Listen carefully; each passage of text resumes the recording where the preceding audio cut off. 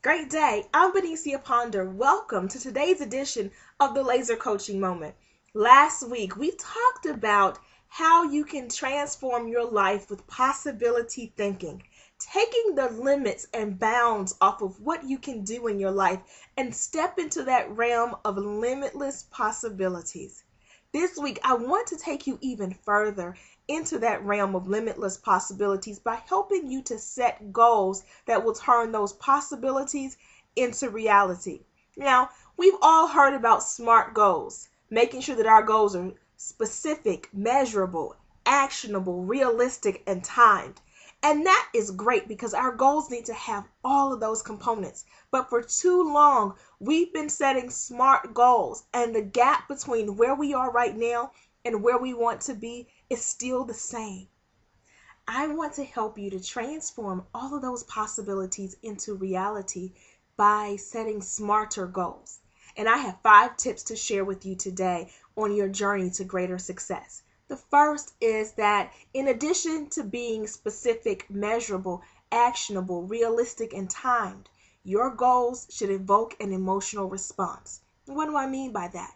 I simply mean that your goals must have behind them commitment, desire, passion. You've got to really tap into the why behind what you want.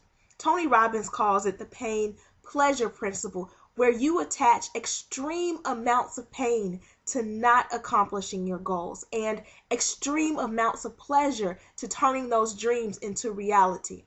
Ask yourself these questions. What is it costing me spiritually, emotionally, physically, mentally, socially, and financially not to accomplish my goal?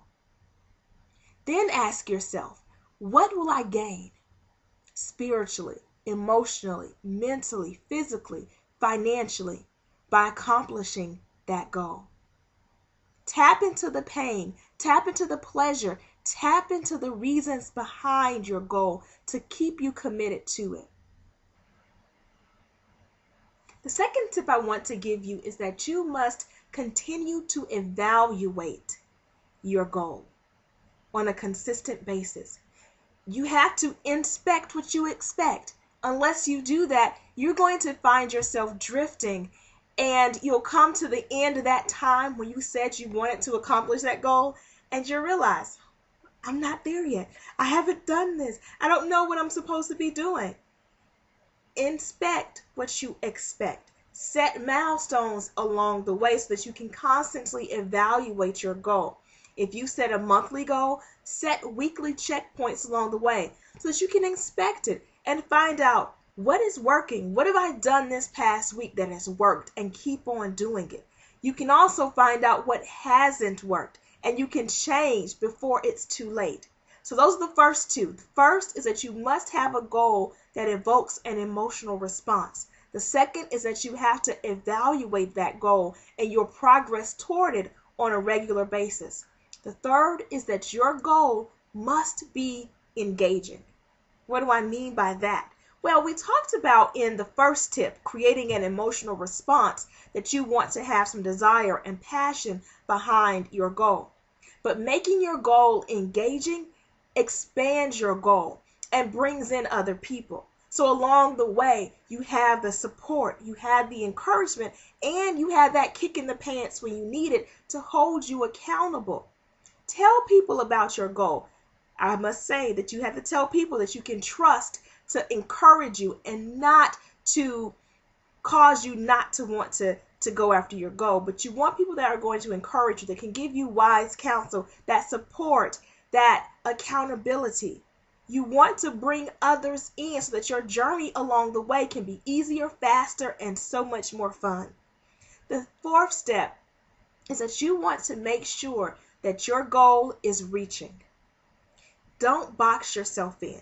Don't make a goal that you can't accomplish. Hopefully, when you did that limitless possibility exercise where you asked yourself, if you could not fail, what would you do? You set an idea, a vision that was reaching beyond where you are right now. Make sure that your goal takes you out of your comfort zone a little bit. It should be realistic, yes, but it should also be reaching. Don't box yourself in. Just because you don't have the skills right now doesn't mean you won't be able to get them. And because your goal is engaging, you're going to have other people that can help you along the way. So again, make sure that your goal is reaching. The last tip that I have for you is to set up rewards. Now, achieving the goal in and of itself may be a great reward. Losing those 10 pounds or getting the new clients, having more money in your bank account. Yes, indeed, those goals in and of themselves are rewards. But it's time that you learn how to celebrate your successes. Celebrate your accomplishments in a big way. Making sure that you are patting yourself on the back and saying, great job. Make sure that you have those rewards in place, because that's going to keep you motivated. That's going to keep you going after even bigger and better goals. So, how do you turn your goals from smart to even smarter? You do these 5 things. First, you set a goal that evokes an emotional response. You tap into that why, the desire and commitment behind the goal. Second, you make sure that your goals are evaluated on a consistent basis, looking to see what's working and what's not working, and make the changes that are necessary along the way. Third, you engage others in the process. You make sure that you're bringing others in to hold you accountable, to be that support system, and to provide wise counsel along the way. Fourth, make sure that your goals are reaching. Don't box yourself in. You have limitless possibilities, so expand your vision and make sure that your goals are challenging you. Then finally, you wrap it all up with a reward system that inspires you and motivates you to keep going to even bigger and better goals. That's it for today.